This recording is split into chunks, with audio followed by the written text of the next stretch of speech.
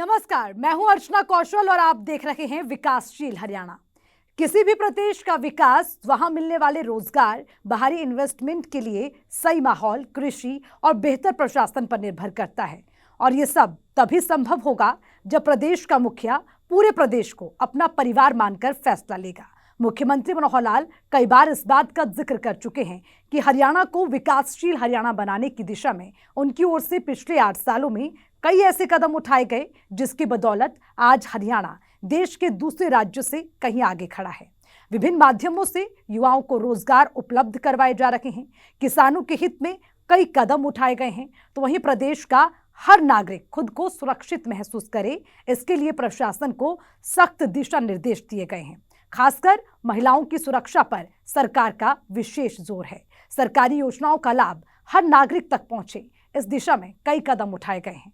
तो चलिए विकासशील हरियाणा के जरिए आज हम सरकार के इन्हीं दावों की हकीकत जानते हैं।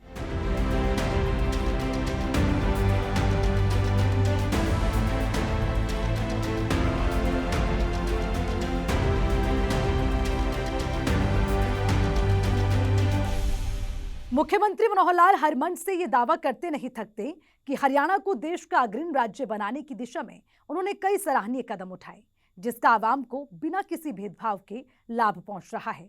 और यही बात मनोहर लाल ने विधानसभा में बजट सत्र पर चर्चा के दौरान भी दोहराई। उन्होंने कहा कि हमारी सरकार के नेक कदमों की वजह से आज हरियाणा कई मामलों में दूसरे प्रदेशों से कहीं आगे खड़ा है।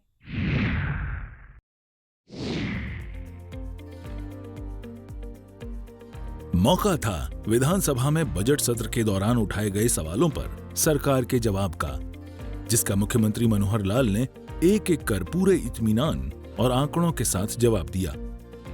सदन में नेता प्रतिपक्ष ने यह आरोप लगाया था कि प्रदेश कर्ज के बोझ तले दबता जा रहा है, जिसका मुख्यमंत्री मनोहर लाल ने आंकड़ों के साथ जवाब दिया। उन्होंने बताया कि कैसे वर्तमान की हरियाणा सरकार ने पहले से चली आ रही कर्ज के बोझ को कम किया है। दरअसल किसी भी प्रदेश का विकास इस बात पर भी निर्भर करता है कि उस पर प्रति व्यक्ति कितना कर्ज है। जो आंकड़े कई बार हमको दिए, खास करके बजट के ऋण को लेकर के ये जो आंकड़े आए हैं, उन आंकड़ों पर उन्होंने 22 नवंबर 2022 को ये कहा कि आज प्रदेश पर 3,11,779 करोड़ रुपए का कर्ज हो गया है। इसी के बाद उन्होंने 29 दिसंबर को ये कहा, चंडीगढ़ में ही उन्होंने कहा कि इस सरकार को श्वेत पत्र जारी करना चाहिए, क्योंकि हरियाणा को 4 लाख करोड़ रुपए से कर्ज में डुबो दिया है, जिसमें 3,25,000 करोड़ कर्जा और 1,22,000 करोड़ रुपए देनदारियां हैं। ये उनका अगला स्टेटमेंट है। और तीसरा स्टेटमेंट उनका फिर 2023 के 1 फरवरी को आया कि हरियाणा में बजट पर बोलते हुए कहा कि वर्तमान सरकार के समय में प्रदेश को कर्जवान बना दिया, प्रदेश पर 4 लाख करोड़ रुपए का कर्ज कर दिया। यही बात हो गई कर्ज लेकर घी पीने वाली। फिर यह विषय आया 22 फरवरी को, तब उन्होंने कहा कि प्रदेश पर 2,43,000 करोड़ रुपया कर्ज है। और कैग की रिपोर्ट का हवाला देते हुए उन्होंने कहा कि प्रदेश पर 3,19,000 करोड़ रुपए से अधिक का कर्ज है। फिर 23 फरवरी को ही 2,85,885 करोड़ रुपए के कर्ज का आंतरिक कर्ज बताया और 64,840 करोड़ रुपए लोन लेने जा रही है, ये बात कही। और इसके साथ कहा कि 2,29,000 करोड़ रुपए से अधिक ये कर्ज है। मेरा ये कहना कि ये 2 महीने में 5 बार अलग अलग आंकड़े अलग अलग बोलना, विधानसभा में मैंने उठाया, विधानसभा में उनको बताया। यानी किसी एक बात को बोल करके वो सच है या झूठ है, जब तक उसके विपरीत कोई बात सत्य साबित नहीं होती तब तक टिके तो रहना चाहिए। यानी हर बार अलग बोलना, अलग बोल के उनकी अपनी भी साख नहीं रहेगी। साख रहेगी अगर जो बोला है, चाहे झूठ बोला चाहे सच बोला, उस पर अड़ग रहे। झूठ बोला है तो कायम भी रहो उस पर जफर, झूठ बोला है तो कायम भी रहो उस पर जफर। आदमी को साहिब किरदार होना चाहिए। चाहे कर्ज का बोझ कम करना हो, युवाओं को रोजगार से जोड़ना हो, किसान गरीब कल्याण के लिए काम करना हो या फिर बेहतर इंफ्रास्ट्रक्चर का निर्माण करना हो, इसके लिए सरकार को पैसों की जरूरत होती है। और इसका एक बड़ा हिस्सा उद्योग से आता है। यही वजह है कि विकासशील प्रदेशों में एक प्रतिस्पर्धा होती है कि किस प्रदेश में कितना बाहरी इन्वेस्टमेंट आया। मुख्यमंत्री मनोहर लाल ने इस पर संतुष्टि जताते हुए कहा कि हरियाणा छोटा प्रदेश जरूर है, लेकिन इन्वेस्टमेंट के मामले में तीसरा स्थान रखता है। भले हमने 8 साल में इन्वेस्टमेंट समिट तो एक ही की है, लेकिन इन्वेस्टमेंट समिट से पैसा आता ऐसा नहीं है। एक वातावरण बढ़ाने के लिए ठीक होता है, वरना कितने लोग हमारे पास आ रहे हैं और क्या हम उनको सुविधाएं दे रहे हैं, उसमें से इन्वेस्टर जो है यहाँ आता है। इन्वेस्टमेंट में देश भर में हमारा स्थान पॉपुलेशन के हिसाब से नंबर 3 पर है। नंबर 1 पर है इसमें कर्नाटका, नंबर 2 पर महाराष्ट्र, नंबर 3 पर हरियाणा। यानी इन्वेस्टमेंट में गुजरात भी हमारे से पीछे है। जिस उत्तर प्रदेश के बारे में बात हो रही है कि भैया 1 लाख लोगों ने इन्वेस्टर जो आए थे, इतने लाख एमओयू हुआ, वो हुआ है, आगे चल के क्या होगा देखेंगे। लेकिन आज के समय में हमारा पर व्यक्ति हरियाणा का पर एक व्यक्ति 90 करोड़ रुपए का इन्वेस्टमेंट है हमारी पॉपुलेशन के हिसाब से। यानी 260 करोड़ रुपया हमारे यहां पिछले 8 वर्ष के अंदर इन्वेस्टमेंट आया है। 260 करोड़, 3 करोड़ की आबादी। ये ठीक है कि उद्योग धंधों से प्रदेश की तरक्की को गति मिलती है, लेकिन बिना कृषि के जीवन की कल्पना बेमानी है। आज भी प्रदेश की एक बड़ी आबादी गांव में निवास करती है और पूरी तरह से कृषि पर निर्भर है, जिनकी बदौलत हम बड़े होटलों और घरों में एसी कमरों और डाइनिंग टेबल पर बैठकर अच्छे खाने का आनंद लेते हैं। लेकिन वर्तमान सरकार का आरोप है कि अन्नदाता की परेशानी को पिछली सरकार में नहीं सुना गया, जिसकी वजह से खेती किसानी से लोगों का रुझान कम हुआ है। लेकिन मुख्यमंत्री मनोहर लाल ने कृषि बजट बढ़ाकर किसानों को बड़ी राहत दी है। तो कृषि के ऊपर जो ये कहा गया कि यहाँ कुल बजट का 3.9% ही है, तो मेरा ये कहना है कि आखिर ये 2020-21 से जो चला आ रहा है, ये कृषि का बजट खेती के मद के लिए रखा जाता है, सारे किसानों के लिए रखा जाता है, किसान परिवारों के लिए रखा जाता है। नहीं है, किसान परिवार की कैपेसिटी तो हर जगह है, वो गांव की भी है, उसकी शिक्षा की भी है, उसके स्वास्थ्य की भी है, उसके बाकी चीजों की भी है। कृषि क्षेत्र, इसके लिए 2021-22 का जो एक्चुअल बजट था वो था 4100 करोड़ रुपया, और 22-23 का जो आरी अब जो इस समय पेश किया है वो 5758 करोड़ रुपया, और 23-24 का बीई वो 7341 करोड़ रुपया, अर्थात इसमें 27% की वृद्धि ये हमने की है कृषि में। तो ये कहना कि बहुत कम बजट रखा है, ऐसा नहीं है। जितनी आवश्यकताएं होती हैं, डिपार्टमेंट जितनी मांग करता है उसके हिसाब से हम रखते हैं, उसके अंदर कहीं कोई कमी नहीं आई है। और अगर मैं इसको 14-15 का बजट बता दूं तो उस समय 2156 करोड़ रुपया था, जो मात्र 3.4% था। जो आज जो है भले वो 3.9 बता रहे हैं, लेकिन उस समय टोटल बजट का परसेंटेज तो देखते ही ना, उस समय टोटल बजट का 3.4% था कृषि का, आज 3.9% है। आधा % कृषि का बजट बढ़ा है, कम नहीं हुआ। प्रदेश में बेरोजगारी एक बड़ा मुद्दा रहा है, जिस पर विपक्ष सदन से लेकर सड़क तक सरकार को घेरती रही है। लेकिन मनोहर लाल ने सदन में एक आंकड़ा पेश करते हुए विरोधियों की जुबान बंद कर दी। उन्होंने कहा कि पिछली सरकारों की तुलना में बेरोजगारी दर काफी घटी है। अधिक से अधिक युवाओं को विभिन्न माध्यमों से रोजगार से जोड़ा जा रहा है। साल 2009-10 में प्रदेश की बेरोजगारी दर 8.7% थी, जो कि 2014 में घटकर 7.86% हुई, और अब यह आंकड़ा घटकर 6.86% रह गया है। युवाओं को मिली सरकारी नौकरियों का आंकड़ा साझा करते हुए मुख्यमंत्री मनोहर लाल ने कहा कि साल 1999 से 2005 तक मात्र 15,000 सरकारी नौकरियां दी गई थीं। साल 2005 से 2014 तक 86,000 सरकारी नौकरियां दी गईं, और साल 2014 से लेकर अब तक 1,86,000 युवाओं को सरकारी नौकरी मिली है। 1,81,00,000 लोगों में से बेरोजगारों की संख्या 10,46,000 है। और उस आंकड़े से स्पष्ट होता है कि दिसंबर 2014 में ये जो आंकड़ा था 7.86 लाख आवेदक थे, और फरवरी 2023 में ये आंकड़ा घटकर 6.46 हो गया। अब 6.46 और 7.86 आप अनुमान लगा सकते हैं, बड़ा कौन सा छोटा कौन सा, बड़ी है कि घटी है। और इसलिए जब आंकड़ा दे दिया तो उसमें बढ़ी है कि घटी है, हाँ ना में जवाब देने का आवश्यकता नहीं, मैंने तो और विस्तृत जवाब दे दिया।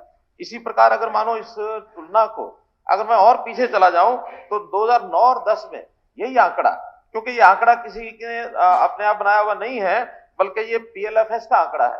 पीएलएफएस का आंकड़ा जो है वो बहुत से सोर्सेज इकट्ठा करके उसके बाद ये गवर्नमेंट ऑफ इंडिया वहां से ही दर्ज होता है, वो हम नहीं बनाते हैं। ये 2009 और 10 में ये आंकड़ा था 8.7%। तो जब 2009-10 में 8.7 था, इसके बाद ये 7.86 हुआ, आज ये 6.46 है। तो इस हिसाब से तो लगातार बेरोजगारी दर घट रही है। मुख्यमंत्री मनोहर लाल सदन के अंदर और बाहर कई बार इस बात को बोल चुके हैं कि पूरा प्रदेश हमारे लिए एक परिवार की तरह है। प्रदेश के हर नागरिक की परेशानी हमारी निजी परेशानी है।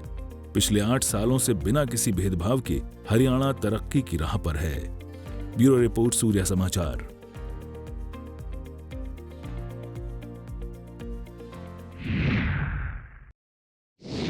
मुख्यमंत्री मनोहर लाल ने सदन के बाहर और अंदर इस बात पर जोर दिया कि हम बेहतर शासन प्रशासन के जरिए कैसे हरियाणा को आगे ले जा सकते हैं, कैसे अपनी आने वाली पीढ़ी के लिए कुछ अच्छा कर सकते हैं, कैसे अन्नदाता के अच्छे दिन ला सकते हैं, कैसे कतार के आखिरी व्यक्ति तक सरकारी योजनाओं का लाभ पहुंचा सकते हैं। और ये तभी संभव होगा जब प्रदेश की करीब 2.5 करोड़ आबादी सरकार पर भरोसा कर उसके साथ चलेगी। किसान जब खेतों में खून पसीना बहाता है तब जाकर देश और प्रदेश का पेट भरता है। लेकिन ये सच्चाई भी किसी से नहीं छुपी है कि अन्नदाता अभी भी अपने हाल पर जीने को मजबूर है। हालांकि मुख्यमंत्री मनोहर लाल हमेशा इस बात का दम भरते दिखते हैं कि उन्होंने किसानों के लिए कई सराहनीय कदम उठाए हैं, जिसका उन्हें लाभ मिल रहा है। किसानों को अनाज का उचित मूल्य मिल रहा है। अपनी फसल बेचने के लिए किसानों को भटकना नहीं पड़ता है। सरकारी केंद्र पर अनाज की आसानी से खरीदारी हो रही है। किसानों को खाद बीज की उपलब्धता बढ़ाई गई है। फसल खराबे पर उचित मुआवजा मिल रहा है। किसानों को बिचौलियों से निजात मिली है। बावजूद इसके जब सदन में बाजरे की खरीद पर सवाल उठे तो मनोहर लाल ने उसका जवाब दिया। 13,881 करोड़ रुपया हो गया था, ये भी अनाउंसमेंट के कारण से हुआ था। ये बाद में घट करके 7,000 करोड़ रुपया कम होकर के 6,944 करोड़ हो गया। 7,000 करोड़ रुपया एडीसी में कम किया। इसी प्रकार पावर यूटिलिटीज, ये जो 37,821 करोड़ रुपया था 14-15 में, वो आज कम होकर के 14,813 करोड़ है।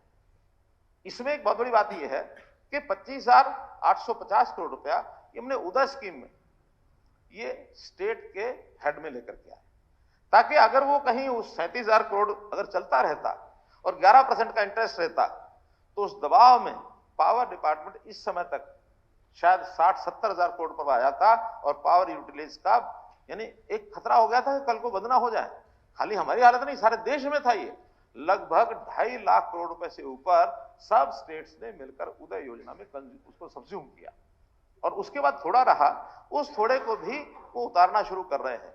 हमने जो उस समय लिया और उसको बाद में अब धीरे धीरे उतार रहे हैं, उसका इंटरेस्ट 8.2% है।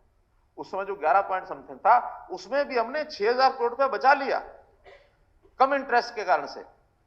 ये बचत इधर हुई और यदि जो उस समय छोड़ा गया था पावर डिपार्टमेंट का वो इंटरेस्ट लगा करके भी लगभग 20,000 करोड़ हो जाता, क्योंकि 2014-15 में ही वो लगभग छोड़ा गया था। 25,000 लिया तो 12,000 करोड़ रुपए छोड़ा था। 12,000 करोड़ रुपए का उस समय का 14-15 से लेकर आज तक सारा इंटरेस्ट लगाते तो 20,000 करोड़ हो जाता, जो 14,800 करोड़ है, मतलब 6,000 करोड़ रुपया पावर डिपार्टमेंट ने अपने उस सिस्टम में से कम किया है।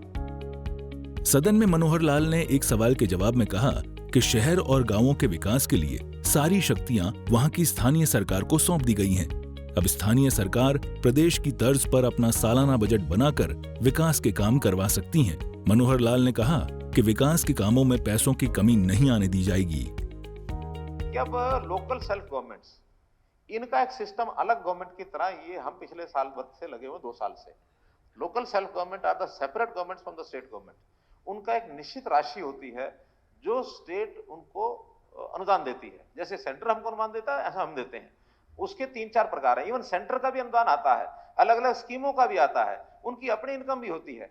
बजट उन्होंने अपना बनाना है साल भर का कि हमारी टोटल इनकम कितनी आएगी, कितना हमको इसमें सैलरीज देनी है, कितना विकास करना है। हाँ, शुरू में जब ये कमी पड़ेगी तो ऑन डिमांड हम कुछ 1-2 अकाउंट हमारे पास, जैसे मानो भव्य नगर एक योजना हमने रखी है, दिव्य नगर योजना, तो दिव्य नगर योजना में एक पैसे का फंड हमने रखा ताकि उसके में से कहीं की कमी रहती है, विकास के काम नहीं हुए, क्योंकि अभी सीवरेज का और इसका बाकी अमृत स्कीम में, अमृत 1 में, अमृत 2 में अब आ रहा है, तो वो सारा सेंटर से आता है। हमने भी जो स्कीमें देनी है स्कीम के हिसाब से देंगे। कोई डिमांड करेगा कि मुझे 20 करोड़ दे दो, 50 दे दो, एक तो ये नहीं। दूसरा, एक बहुत ही पहलू ऐसा ध्यान में आया है कि जितनी इस प्रकार की बॉडीज हैं, इनके कितने पास उनके पास पैसे हैं, कितने बैंकों में पड़े हैं, कहां कहां एफडी पड़ी है, ये अब कुरेद कुरेद के निकाल रहे हैं तो तब पता लग रहा है। 2 जगह का उदाहरण बताता हूं। फरीदाबाद में लगभग 350 करोड़ रुपए के तो एफडीज हैं। अब वो ये कहते हैं कि वो एफडीज उन गांव के हैं जहां जो गांव उन्हें मिलाए थे, चलो ठीक है। उसके अलावा 300 करोड़ रुपया ये और बैंकों में जमा है, जबकि हमेशा फरीदाबाद कहते हैं पैसा नहीं है, पैसा नहीं है, मुझे सामने बैठे इनके सामने करा दिया। ऐसे ही अभी पीछे हमारे मंत्री जी गए थे, कहां, पंचकुला कितने मिले? 230 करोड़, 238 करोड़ रुपया पंचकुला के कारपोरेशन के अकाउंटों में है। उस दिन तो शायद स्पीकर साहब भी वहां थे। हाँ जी, हाँ जी। तो ये सारे कारपोरेशन को हमको ऑनलाइन लाना पड़ेगा, या नगरीय इकाइयों को जहां कम रहेगा वहां देने के लिए तैयार है, लेकिन योजना उनको स्वयं बनानी पड़ेगी, बजट उनको बनाने पड़ेंगे, कमी पड़ती है तो डिमांड करनी पड़ेगी। अपने पास पैसा रखने का उनको अधिकार नहीं है, उसका अकाउंट और पारदर्शिता रखनी पड़ेगी। जल हमें प्राकृतिक स्रोत से मिलता है, लेकिन इसका दोहन बेहद चिंतनीय है। कई जगहों पर पानी का लेवल खतरे के निशान से नीचे जा चुका है। इसी पर मुख्यमंत्री मनोहर लाल ने अपनी चिंता जाहिर करते हुए सभी से पानी को बचाने की अपील की। और वर्तमान जो जल हमारे पास उपलब्ध है उसका भी जो प्रबंधन है वो ठीक हो। हमने बहुत से काम इस समय किए हैं। इस आज के अवसर पर मैं आपके माध्यम से हरियाणा की जनता को एक संकल्प लेने के लिए कहूँगा कि जल का ठीक वितरण हो, ठीक उपयोग हो, दुरुपयोग ना हो, और जो हमारा ट्रीटेड वाटर है उसका इस्तेमाल करने के लिए भी वो आगे आएँ। माइक्रो इरिगेशन उसके जो प्रोजेक्ट्स हैं उसमें आगे बढ़ें, ताकि हमारे ज़मीन के अंदर का जो पानी है जो हम एक्सट्रैक्ट कर रहे हैं उसमें भी हम कमी ला सकें। तो जल कुल मिलाकर के हमारा कल है, इसलिए इस पर भी हम सब लोग मिलकर के सहयोग के साथ इस विषय पर भी जरूर चिंतन करें। बजट सत्र की समाप्ति पर मुख्यमंत्री मनोहर लाल ने कहा कि सभी विधायकों की मांग को संज्ञान में ले लिया गया है और इसे जितनी जल्दी हो सके पूरा करने का प्रयास किया जाएगा। मुख्यमंत्री मनोहर लाल ने प्रदेश हित में कुछ फैसले भी लिए हैं, जिसकी जानकारी उन्होंने साझा की। कुल इस बजट में 45 घंटे काम हुआ। गवर्नर महोदय के एड्रेस के ऊपर भी चर्चा करके धन्यवाद ज्ञापन किया गया। सब विधायकों ने अपने प्रदेश की, अपने अपने विधानसभा क्षेत्रों की कुछ मांग है, कुछ डिमांड्स, कुछ समस्याएं, वो सब उठाई हैं, सब नोट कर लिए गए हैं। कुछ का आश्वासन भी दिया गया है और अगले वर्ष में जो जो बातें बढ़िया ढंग से उनकी डिमांड्स के हिसाब से करने वाली होंगी उनको हम पूरा करेंगे। इस बजट में कुल 7 अधिनियम भी रखे गए। 6 अधिनियम पारित हुए, 1 अधिनियम को वापस लिया गया। उन 6 में 2 तो बजट से ही संबंधित थे, हरियाणा विनियोग संख्या 1 और हरियाणा विनियोग संख्या 2। फिर नगरीय क्षेत्र जो विकास एवं नियम संशोधन विधेयक ये पारित किया गया। पंडित लक्ष्मीचंद राज्य प्रदर्शन और दृश्य कला विश्वविद्यालय सुपवा, इसमें भी बहुत छोटा ही एक संशोधन था कि नाम में पंडित लक्ष्मीचंद की जगह दादा लक्ष्मीचंद ऐसा करके संशोधन किया गया उस नाम में। हरियाणा विद्यालय शिक्षा संशोधन विधेयक, इसमें भी एक प्रावधान किया है कि जो एडेड स्कूल थे उनके सभी जितने अध्यापक, उनको पहले ही हमने एडजस्टमेंट कर ली है सरकारी अध्यापकों के साथ ही। मात्र 26 अध्यापक ऐसे बचे थे जो प्राइवेट स्कूलों में जिनकी यहाँ से एड जा रही थी, लेकिन आगे क्योंकि कई वर्षों से अब ये एडेड स्कूल का सिलसिला बंद सा है, प्रायः कोई उसमें नए एडेड स्कूल नहीं आ रहे हैं, तो आगे इस प्रावधान को भी ख़त्म कर दिया है कि अब चूँकि हरियाणा में स्कूलों की संख्या पर्याप्त है और इस नाते सब एडेड स्कूलों की ज़रूरत जो 1995-96 में महसूस की गई थी, अब उनकी आवश्यकता नहीं है, तो उसको उसमें डिलीट किया है। इसी प्रकार हरियाणा विद्यालय ये हो गया। इसी प्रकार हरियाणा संगठित अपराध नियंत्रण विधेयक जो आज ही पारित किया है, और जैसा हम जानते हैं कि प्रदेश में जब भी कभी ऐसी घटनाएं अपराध की जो खास करके संगठित गिरोह अपराध में सक्रिय हो जाते हैं, तो उनको ठीक से कंट्रोल करने के लिए, काबू करने के लिए पुलिस को कुछ विशेष ताकत ये दी जाती है। इससे पहले आज से 23 वर्ष पहले 1999 में महाराष्ट्र ने जो मकोका नाम का एक एक्ट बनाया था, उसी तर्ज पर बहुत से प्रदेश उसको अडॉप्ट कर चुके हैं, जैसे गुजरात ने, दिल्ली ने, उत्तर प्रदेश ने, तो ऐसे कुछ प्रदेशों ने उसको अडॉप्ट किया है। इसी प्रकार हमें हरियाणा में महसूस हुआ कि यहाँ जो बढ़ता हुआ अपराध है, खास करके दिल्ली के आसपास एक ऐसे गिरोह ये पनपने लग गए थे जिनके अपराध बढ़ रहे थे लगातार, उनके ऊपर थोड़ा सा और कंट्रोल ज़्यादा किया जाए। तो इस एक्ट को हरकोका नाम से ये एक्ट हमारा रहेगा, इसको पारित किया है। वैसे इससे पहले भी हम पारित कर चुके हैं। प्रेसिडेंट असेंट के लिए जब इसको भेजा गया था तो कुछ ऑब्जेक्शन उसमें लग के आए थे, उन ऑब्जेक्शंस को हटा करके और नए सिरे से और इसको पारित करके फिर से ये प्रेसिडेंट असेंट के लिए जाएगा, लेकिन बहुत जल्दी मैं समझता हूँ वहाँ से पारित होगा, क्योंकि सारे ऑब्जेक्शन उनके हमने समाप्त कर दिए हैं।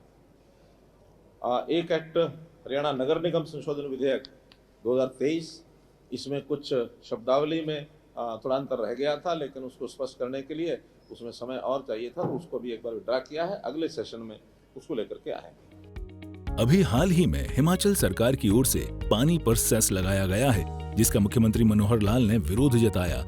उन्होंने कहा कि हम हिमाचल और केंद्र सरकार से इसे वापस लेने की अपील करेंगे। हमको ध्यान में होगा कि हिमाचल प्रदेश सरकार ने अभी कुछ दिन पूर्व एक ऑर्डिनेंस जारी किया, और उस ऑर्डिनेंस में उन्होंने जो वहाँ पर पानी, चाहे वो नदियों में बहता है, चाहे वहाँ जहाँ उन्होंने बिजली के संयंत्र लगाए हुए हैं वहाँ से पानी निकलता है, तो पानी सामान्यतया मैदानी इलाकों में ही आता है। पंजाब हो, हरियाणा हो, राजस्थान हो, दिल्ली हो, तो ऐसा पानी के उस एग्जिट पर उन्होंने एक टैक्स लगाया, एक्सेस लगाया है, और वो सेस जो है कुल मिलाकर वो पानी का जो उपयोग करेंगे उनको दे होगा। 1200 करोड़ रुपए का वो सेस उन्होंने लगाया, जिसमें 336 करोड़ ये हरियाणा के हिस्से में आएगा। तो हमने उसके लिए बिल्कुल मना किया है कि ये जो इंटरस्टेट समझौते होते हैं उसमें कोई भी स्टेट वन साइडेड ऐसा कोई फैसला नहीं ले सकते, इसलिए हम उनके ऑर्डिनेंस की भावना को नकारते हैं, और इसके लिए भारत सरकार को भी अपील की है कि अपने प्रभाव का इस्तेमाल करते हुए ये जो ऑर्डिनेंस है इसको वापस कराया जाए, जिसका प्रभाव दूसरे राज्यों पर न पड़े। कोई भी ऐसा ऑर्डिनेंस वो अपने यहाँ अपने संसाधनों को बढ़ाने के लिए जिसका प्रभाव केवल हिमाचल पर पड़ता है तो हमें कोई आपत्ति नहीं है, लेकिन जिसका प्रभाव दूसरे प्रदेशों पर पड़ता है, हरियाणा जैसे 336 करोड़ रुपए का भार हम अतिरिक्त उठाएंगे, इसका कोई कारण नहीं है। तो इसका भी हमने विरोध किया है, और इस सरचार्ज को वापस लेने के लिए हिमाचल सरकार को भी अपील की है और केंद्र सरकार को भी निवेदन किया है। हरियाणा की आवाम को सुरक्षित माहौल उपलब्ध कराने की दिशा में मनोहर सरकार की ओर से हर कोका नाम से एक विधेयक पास किया गया है, जिसमें पुलिस को अतिरिक्त शक्तियां दी गई हैं। मुख्यमंत्री मनोहर लाल ने कहा कि ये अपराध पर अंकुश लगाने में मददगार साबित होगा। मुख्यमंत्री मनोहर लाल ने आवाम को भरोसा दिलाते हुए कहा कि हम देश के किसी भी दूसरे प्रदेश से किसी भी मामले में पीछे नहीं हैं। चाहे हमारी प्रति व्यक्ति आय की बात हो, चाहे हमारा टैक्स कलेक्शन हो, चाहे हमारा खर्च हो, चाहे हमारी आमदन हो, हम हर चीज़ में आज देश के बहुत से जो अच्छे प्रांत हैं उनके साथ खड़े हैं, इसलिए किसी प्रकार की कोई समस्या नहीं है। तो हम और आगे इसी प्रकार से बढ़ेंगे। हम देश में जो हमारा जीएसटी कलेक्शन है पर कैपिटा, उसमें बड़े राज्यों में हम नंबर 1 है। इसी प्रकार जो हमारा जीडीपी है स्टेट का, उसमें हम नंबर 1 है।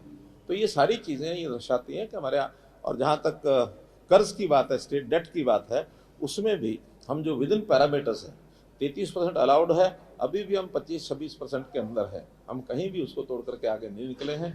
मुख्यमंत्री मनोहर लाल प्रदेश के विकास में पिछले करीब 8 सालों से जुटे हैं। आवाम के हित में कई ऐसे निर्णय लिए हैं जिससे लोगों की जिंदगी आसान हुई है। ब्यूरो रिपोर्ट, सूर्य समाचार। जात पात क्षेत्रवाद से ऊपर उठे हम, आओ प्रदेश के विकास में जुटे हम। मुख्यमंत्री मनोहर लाल इसी सोच के साथ प्रदेश की तरक्की में दिन रात जुटे हैं, जिसका बेहतर परिणाम जमीन पर देखने को मिल रहा है। हमारे साथ विकासशील हरियाणा में फिलहाल के लिए इतना ही। मुझे दीजिए इजाजत। नमस्कार।